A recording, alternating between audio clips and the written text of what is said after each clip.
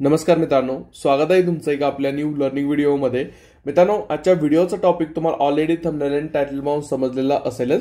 आजच्या व्हिडिओमध्ये आपण एका खूप इम्पॉर्टंट आणि खूप इंटरेस्टिंग टॉपिकवरती डिस्कशन करणार आहे। तो आहे माझा पर्सनली ऑप्शन सेलिंगचा ट्रेडिंग सेटअप। ठीक आहे, आता हा ट्रेडिंग सेटअप नक्की आहे तरी काय ते थोडंफार या व्हिडिओमध्ये आपण समजून घेणार आहे।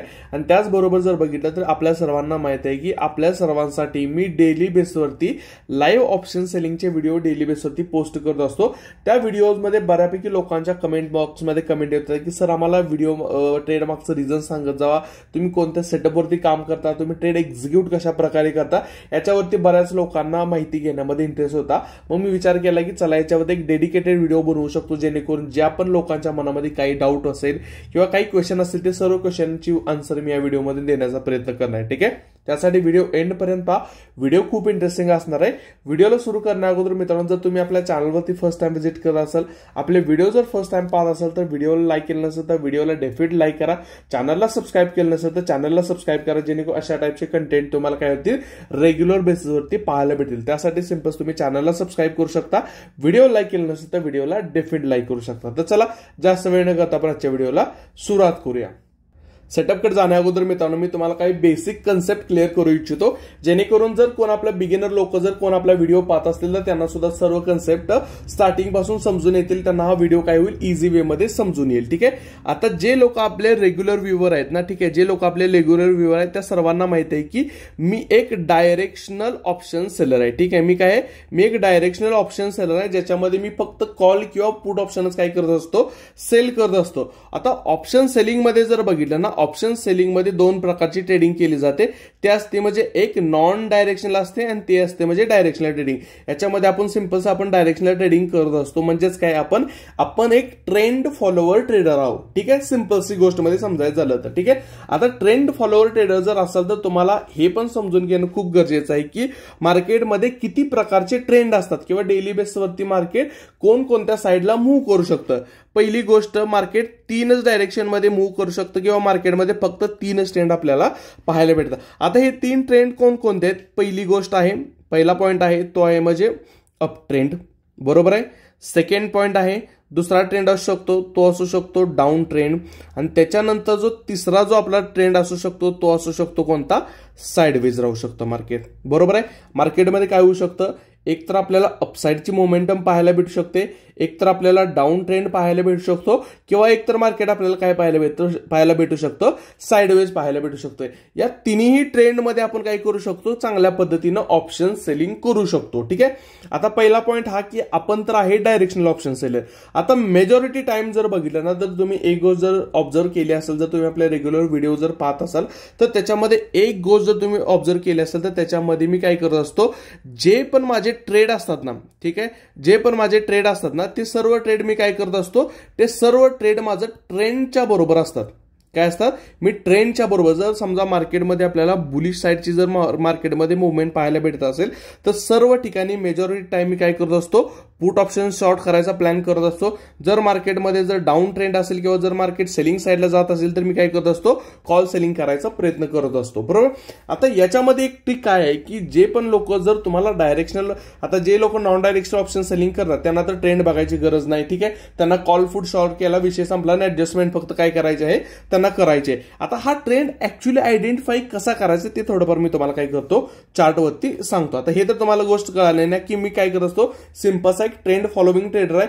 जर मार्केट अप ट्रेंड मध्ये जात असेल तर मी सिंपलसा पुट ऑप्शन शॉर्ट करतो, जर मार्केट डाऊन ट्रेंड मध्ये जात असेल तर मी सिंपल काय करत असतो, कॉल ऑप्शन शॉर्ट करतो, ॲज दॅट इज सिंपल। आता हे थोडंफार मी तुम्हाला चार्टवरती समजून सांगतो, म्हणजे अजून थोडंफार तुम्हाला काय होईल, बेटर वे मध्ये काय होईल, क्लिअरिटी येऊन जाईल। आता या लेवलला जर तुम्ही एक गोष्ट ऑब्झर्व केली तर इथे 15 मिनिटचा चार्ट ओपन करतो।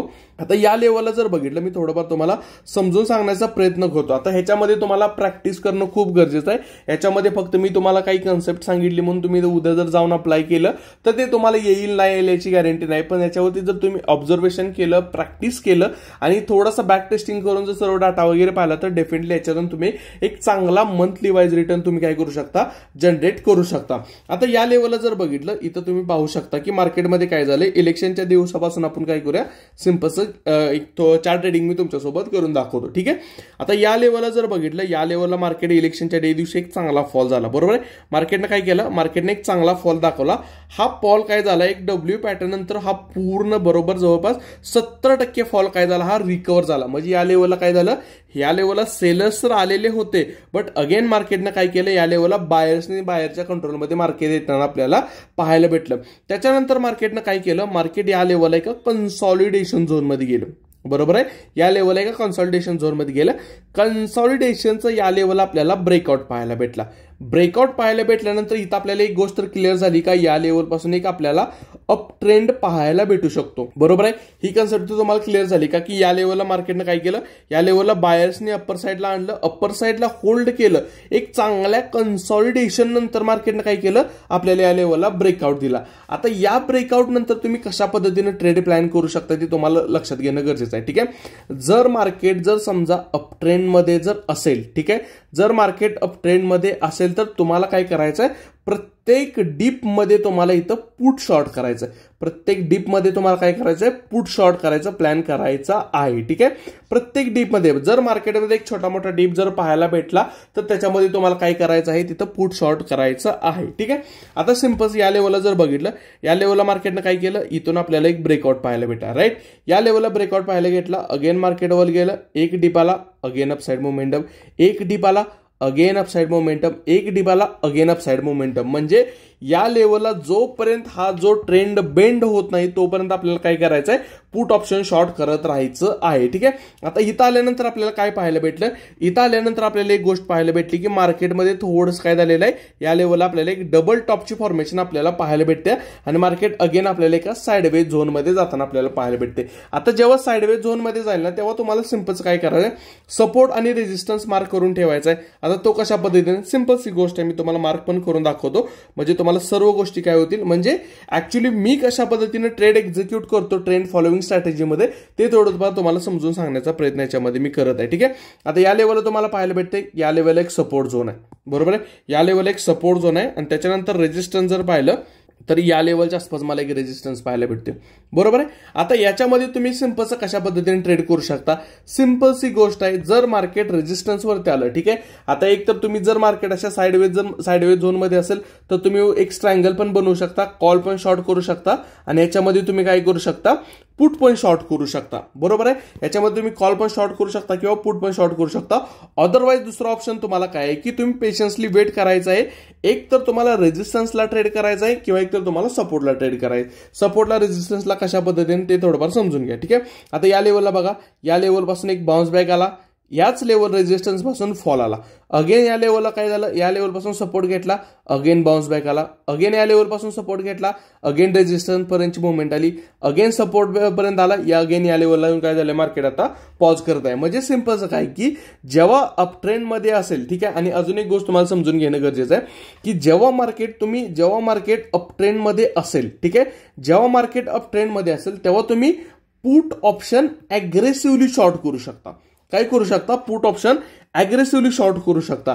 पण जर तेच मार्केट जर समजा बुल मार्केट अप ट्रेंड मध्ये आहे, ठीक आहे, अप ट्रेंड मध्ये आहे, तर त्या कंडिशन मध्ये तुम्हाला कॉल तुम्हाला अग्रेसिव्हली शॉर्ट करायचा नाही. त्यामध्ये तुम्हाला एक चांगला सेटअप भेटल्याशिवाय तुम्हाला कॉल ऑप्शन अग्रेसिव्हली शॉर्ट करायचं नाही. हे माझं पर्सनली ऑब्झर्वेशन आहे. ठीक आहे.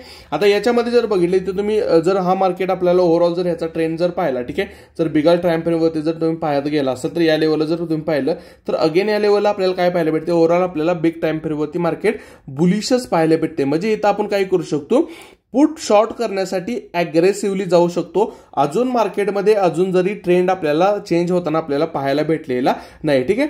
आता जर हा सपोर्ट झोन जर मार्केटनं ब्रेकडाऊन जर दिला, ठीक आहे, हा सपोर्ट झोन जर मार्केटनं ब्रेकडाऊन दिला तर मग आपल्याला थोडंफार टेक्निकल यूज करून आपल्याला काय करायचं आहे, कॉल पण तेवढ्याच अग्रेसिव्हली आणि पुट पण तेवढ्याच अग्रेसिव्हली आपल्याला काय करायचं आहे, शॉर्ट करायचं. मग याचं टार्गेट कुठंपर्यंत असू शकतं, नेक्स्ट सपोर्ट कुठं आहे, या लेवलपर्यंत. ठीक आहे. मग या लेवलपर्यंत येईपर्यंत तुम्ही काय करायचं आहे, जर समजा या लेवलपासून ब्रेकडाऊन दिला, एक रिट्रेसमेंट करून जर मार्केट लोअर हाय लोअर लो जर फॉर्मेशन बनवत जर डाऊन साईडला चाललं असेल तर प्रत्येक राईज वरती तुम्हाला काय करायचं आहे, कॉल ऑप्शन शॉर्ट करायचा आहे. ठीक आहे. आता अजून एक तुम्हाला मी गोष्ट तुम्हाला सिंपल काय करतो, बिगर टाइम फ्रेम वरती पण ओपन करून दाखवतो, म्हणजे सर्व कन्सेप्ट तुम्हाला थोडंफार काय होतील, इझी वे मध्ये समजून येतील. बरोबर आहे. ओके. हा, आता या लेवलला तुम्ही जर एक गोष्ट जर ऑब्झर्व केली असेल तर इथं म्हणजे कशा पद्धतीने तुम्ही टेक्निकल प्लस तुमचा ओव्हरऑल ट्रेंड जो आहे ना त्याला मॅचअप करू शकता ते थोडंफार तुम्हाला मी सांगतो. आता ठीक आहे, या लेवलला एक आपल्याला ट्रेंड लाईन पाहायला भेटते. ठीक आहे, या लेवलला आपल्याला एक ट्रेंड लाईन पाहायला भेटते.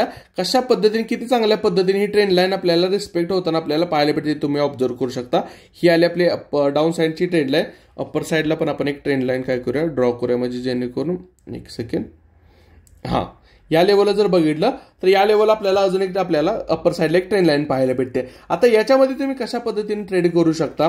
आता याच्यामध्ये सिंपलच एक गोष्ट आपल्याला पाहायला भेटते की मार्केट काय करत आहे, एका चॅनलमध्ये ट्रेड करत आहे. मग जसं की मी तुम्हाला सांगितले, जेव्हा मार्केट साईडवेज असेल, चॅनलमध्ये असेल किंवा एका रेंजमध्ये असेल, तेव्हा तुम्हाला सपोर्ट आणि रेजिस्टन्स फाइंड करायचा आहे आणि त्याच्यानुसार तुम्हाला ऍक्शन घ्यायचे. म्हणजे कसं, आता या लेवलला तुम्ही ऑब्झर्व करू शकता. आता हा जो प्राइस ऍक्शनचा हा जो सेटअप आहे, ठीक आहे, इथं तुम्ही जर पाहिलं तर हा एक पॅटर्न बनल्यानंतर इथून तर तुमची ट्रेंड लाईन बसली असती, हीच ट्रेंड लाईन तुम्ही जर एक्सटेंड केली असते अशी पुढं, तर याच्यामध्ये तुम्हाला बरेच सेटअप तुम्हाला भेटून गेले असते. आता ते कसं काय, या लेवलला तुम्ही ऑब्झर्व करू शकता.